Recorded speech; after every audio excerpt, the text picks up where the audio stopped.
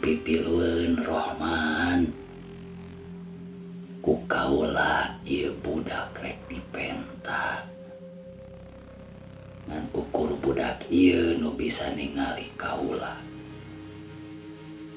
Meh kaula boga batur.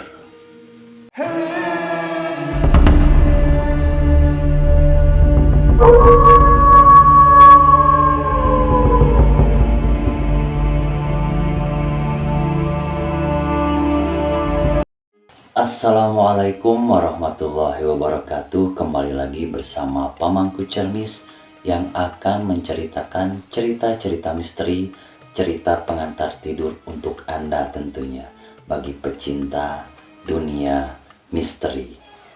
Pada kesempatan kali ini saya akan menceritakan pengalaman misteri yang dialami oleh Maya saat dia duduk di bangku kelas 2 sekolah menengah pertama. Apa saja pengalaman misteri yang dialami oleh Maya? Penasaran? Yuk kita dengarkan bersama-sama. Cerita ini diawali saat Maya duduk di bangku kelas 2 sekolah menengah pertama. Tidak ada yang aneh dengan sikap Maya. Dia bersikap seperti teman-teman yang lainnya. Hingga suatu saat sekolah mengadakan kegiatan bimbingan karakter bagi siswanya yang dibimbing oleh beberapa guru. Mau tidak mau, para siswa diwajibkan untuk mengikuti kegiatan tersebut yang dilaksanakan di sekolahan. Dan itu dilaksanakan selama 1 malam. Selama kegiatan, para guru pembimbing selalu memberikan materinya. Materi yang berkaitan dengan bimbingan karakter untuk para siswanya. Saat itu sekitar jam 8 malam, para siswa berkumpul di lapangan sekolah dan membentuk lingkaran. Di tengahnya terdapat api unggun yang sedang dinyalakan oleh Pak Herman, salah satu guru pembimbing dalam kegiatan tersebut. Setelah api unggun itu menyala, Pak Herman mengajak para siswa untuk bernyanyi-nyanyi hingga mereka larut dalam sukacita. Dan setelah itu, kini giliran Pak Herman yang memberikan materinya. Saat Pak Herman memberikan materi, Maya berubah menjadi ketakutan. Karena Maya melihat sosok nenek yang selalu berdiri di belakang Pak Herman yang mengikuti gerakan-gerakan Pak Herman. Hanya saja tatapan mata sosok nenek itu selalu menatap tajam kepada Maya. Hingga selama Maya mengikuti materi Pak Herman, Maya selalu menutupi wajah dengan kedua tangannya. Namun anehnya, sosok nenek itu hanya Maya saja yang dapat melihatnya. Sementara teman-teman yang lainnya biasa saja. Mereka tertawa-tawa saat mendengar Pak Herman melontarkan lelucon-lelucon dalam memberikan materinya. Maya memastikan apa yang dilihatnya, lalu bertanya kepada Bella, teman yang duduk di sampingnya. Bel, kamu lihat enggak sosok nenek tua yang selalu berdiri di belakang Pak Herman? Mendengar pertanyaan itu, Bella segera menjawab, enggak Mai, dari tadi Pak Herman cuma sendirian. Udah kamu jangan nakut-nakutin Mai, jawab Bella. Mendengar itu, Maya segera melihat kembali ke arah Pak Herman. Dan dia masih melihat sosok nenek tua itu yang sedang mengikuti gerakan Pak Herman. Hanya saja tatapan mata sosok nenek itu selalu menatap kepada Maya. Hingga kembali Maya pun menutupi wajah dengan kedua tangannya. Tak lama Pak Herman mengakhiri materinya. dan menyuruh para siswa untuk segera masuk ke ruangan kelas yang sudah ditentukan untuk beristirahat. Segera Maya beranjak dari duduknya tanpa melihat ke arah Pak Herman.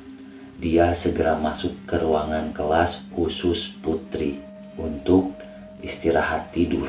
Namun sebelum itu, Bella dan Sinta meminta diantar kepada Maya ke toilet karena mereka ingin buang air kecil. Maya segera mengantar Bella dan Sinta ke toilet. Berada di depan pintu toilet, Bella dan Sinta segera masuk. Sementara Maya menunggu di luar sambil melihat sekeliling toilet sekolah. Dan saat matanya tertuju di ujung lorong toilet, terlihat oleh Maya sosok nenek tua yang dilihatnya tadi di lapangan. Sosok nenek itu melambai-lambaikan tangan kepada Maya, seakan-akan dia memanggil Maya. Maya hanya bisa menatap, dan sosok nenek itu semakin lama semakin mendekat ke arah Maya. Hingga saat sosok nenek tua itu berada di hadapan Maya memperlihatkan wajah yang begitu menyeramkan, seketika itu juga Maya berteriak dan tak sadarkan diri. Mendengar teriakan, Bella dan Sinta segera keluar dari toilet. Dan saat itu Bella dan Sinta melihat Maya tergeletak di lantai tak sadarkan diri. Bella segera berlari menuju ke ruang guru untuk meminta bantuan, sementara Sinta mencoba menyadarkan Maya.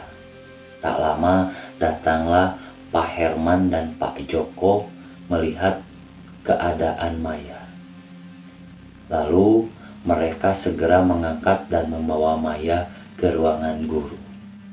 Selama 1 jam Maya tak kunjung sadar, dan kini tubuhnya menjadi demam yang cukup tinggi. Segera Pak Herman dan Pak Joko membawa Maya ke rumah sakit. 2 hari sudah Maya berada di rumah sakit dan belum juga sadarkan diri. Kini Maya ditemani ibu dan kakak laki-lakinya. Sementara ayahnya Pak Amir masih dalam perjalanan pulang dari luar kota.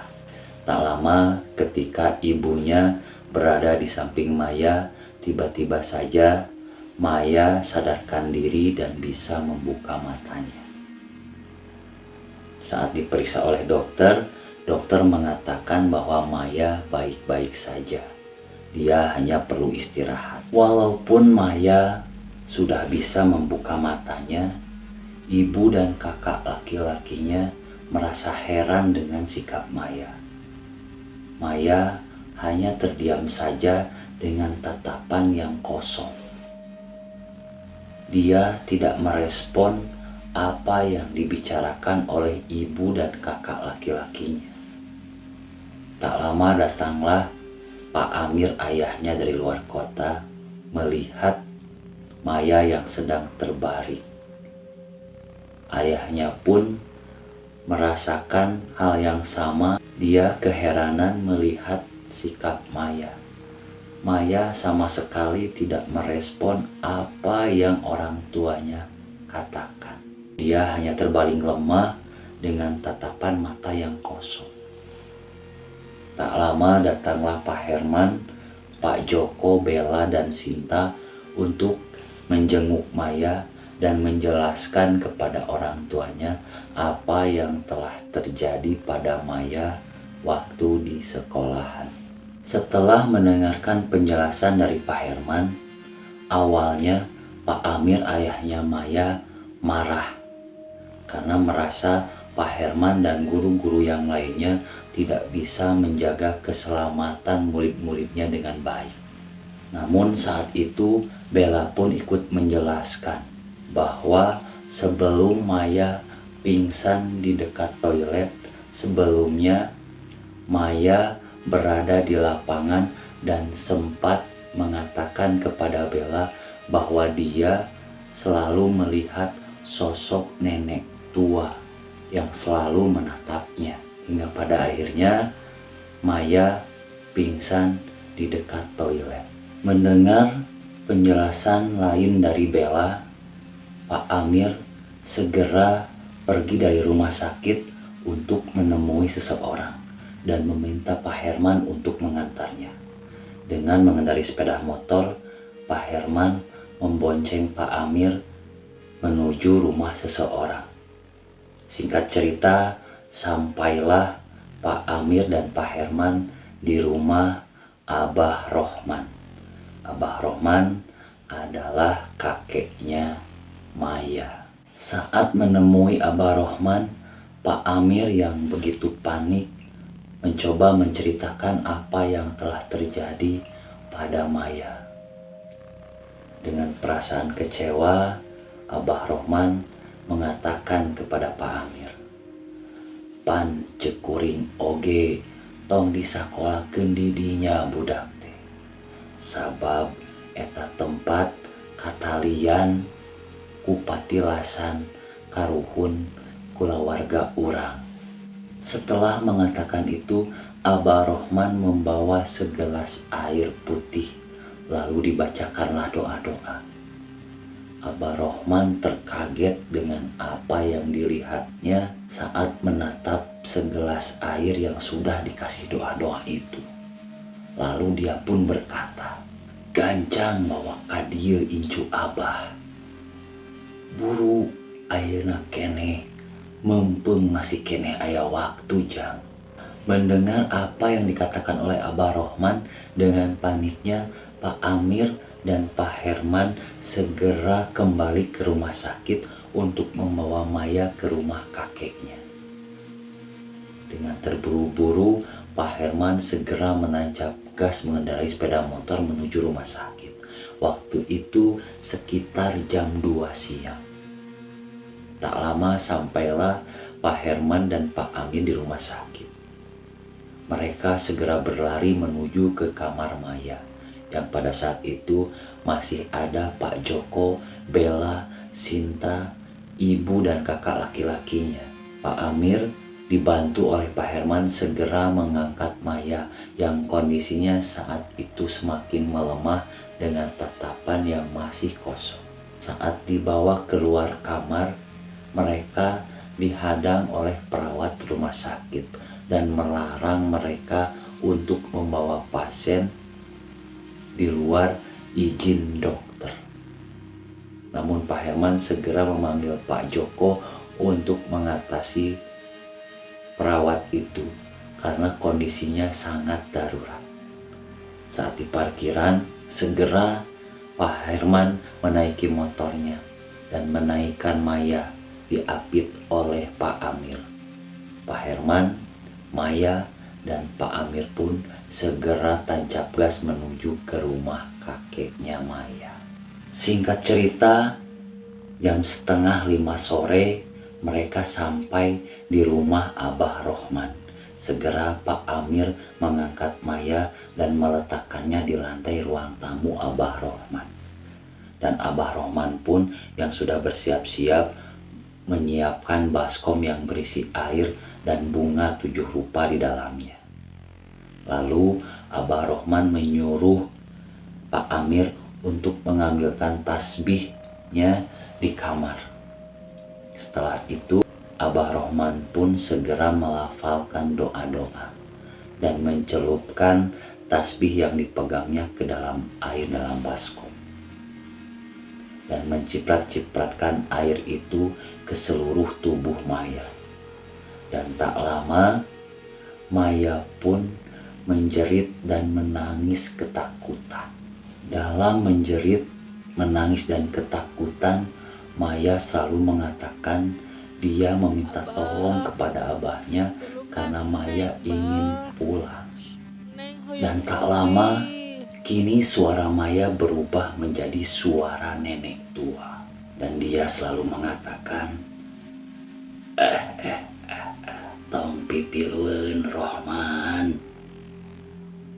Ku kaula ieu budak rek dipenta. Ngan ukur budak ieu nu bisa ningali kaula. meh kaula boga batur. Abah Rohman segera membantah. Teu bisa irah. Budak eta incuk kuring. Anjeun beda alam. Balikeun deui incuk kuring ka alam manusia. Perintah Abah Rohman sambil terus melafalkan ayat-ayat suci. Melihat keanehan yang diperlihatkan oleh Maya, Pak Amir dan Pak Herman pun ikut membantu melantunkan dan melafalkan ayat-ayat suci. Makhluk gaib yang merasuki tubuh Maya kini mulai kepanasan dan minta ampun kepada Abah Rohman. Ampun, ampun Rohman, panas, panas. Kaula ngan hayang boga batur, salila ieu kuring cicing sorangan. Ngan incu ieu nu bisa ningali kaula. Ampun, ampun Rohman, panas, panas. Abah Rohman yang masih melafalkan ayat-ayat suci juga berkata kepada Nyai Irah, sosok makhluk gaib yang merasuki tubuh Maya. Abah Rohman mengatakan jika Nyai Irah ingin punya banyak teman, hidup nyaman, bacalah kalimat syahadat. Namun saat itu Nyai Irah, makhluk yang merasuki tubuh Maya, menolaknya karena dia takut terjadi sesuatu kalau mengucapkan kalimat yang diperintahkan oleh Abah Rohman. Namun Abah Rohman dengan tegas bahwa jika kamu mengucapkan kalimat syahadat, kamu akan hidup nyaman dan banyak teman. Dengan ajakan Abah Rohman kepada Nyai Irah, sosok makhluk gaib yang merasuki tubuh Maya, untuk mengajaknya mengucapkan 2 kalimat syahadat. Akhirnya Nyai Irah pun menuruti apa yang dikatakan oleh Abah Rohman. Segera Abah Rohman pun menuntun Nyai Irah untuk mengucapkan 2 kalimat syahadat. Dan setelah itu pengakuan Nyai Irah bahwa Nyai Irah melihat cahaya putih yang cukup besar mendekat kepadanya.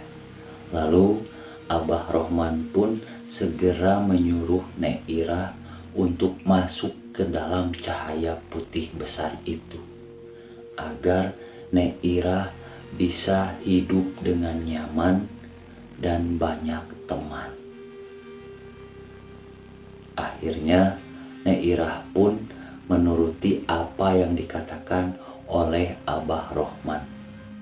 Dengan dituntun oleh lafalan ayat-ayat suci, Nyai Irah pun masuk ke dalam cahaya putih itu.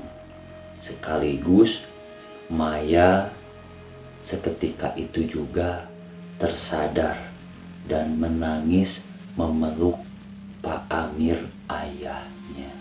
Setelah semuanya tenang, Abah Rohman menjelaskan kepada Pak Amir, Pak Herman dan juga Maya apa yang terjadi pada Maya dan juga siapakah sosok Nenek Irah itu.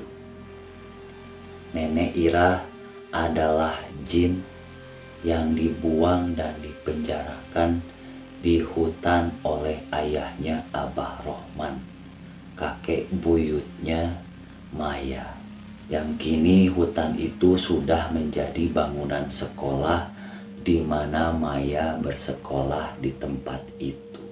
Dan kenapa Maya yang menjadi sasaran Nyai Irah? Karena Maya adalah keturunan perempuan satu-satunya di keluarga Abah Rohman. dan hanya Maya yang bisa melihat sosok Nenek Irah. Abah Rohman memiliki 3 anak laki-laki dan cucunya pun semuanya laki-laki. Hanya dari Pak Amir dan istrinya lah Abah Rohman memiliki cucu seorang perempuan. Maka dari itu sosok Nek Irah hanya bisa dilihat oleh Maya saja. Esok harinya saat keluarga Maya berkumpul di rumah kakeknya, tiba-tiba saja kembali Maya dirasuki oleh sosok Nek Irah. Tapi saat itu sosok Nek Irah itu begitu ramah. Dia hanya ingin mengucapkan terima kasih kepada Abah Rohman bahwa kini dia sudah hidup nyaman dan banyak teman. Dan setelah itu sosok Nek Irah pun keluar lagi dari tubuh Maya. Nuhun Rahman, ayeuna kaula geus senang jeung loba batur di ditu. Demikianlah cerita misteri, cerita pengantar tidur yang dapat kami suguhkan pada kali ini. Semoga di balik cerita ini ada hikmah untuk kita semua. Tentunya bagi pecinta dunia misteri. Nantikan cerita misteri, cerita pengantar tidur lainnya dari Pamangku Cermis. Terima kasih. Assalamualaikum warahmatullahi wabarakatuh.